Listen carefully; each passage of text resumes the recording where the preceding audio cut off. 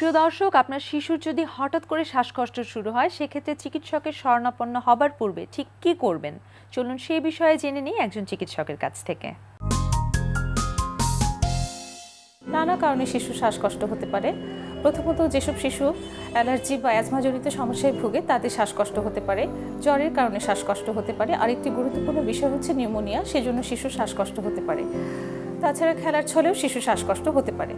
যেসব শিশুর অ্যালার্জি বা অ্যাজমাজনিত সমস্যা আছে সেসব শিশুর ক্ষেত্রে ঘরবাড়ি যতদূর সম্ভব ধুলাবালি মুক্ত রাখতে হবে, ঘরে প্রপার ভেন্টিলেশনের ব্যবস্থা থাকতে হবে, আর বাসায় সবসময় ইনহেলার বা নেবুলাইজারের ব্যবস্থা রাখতে হবে এবং এগুলো সঠিক প্রয়োগবিধি জেনে নিতে হবে।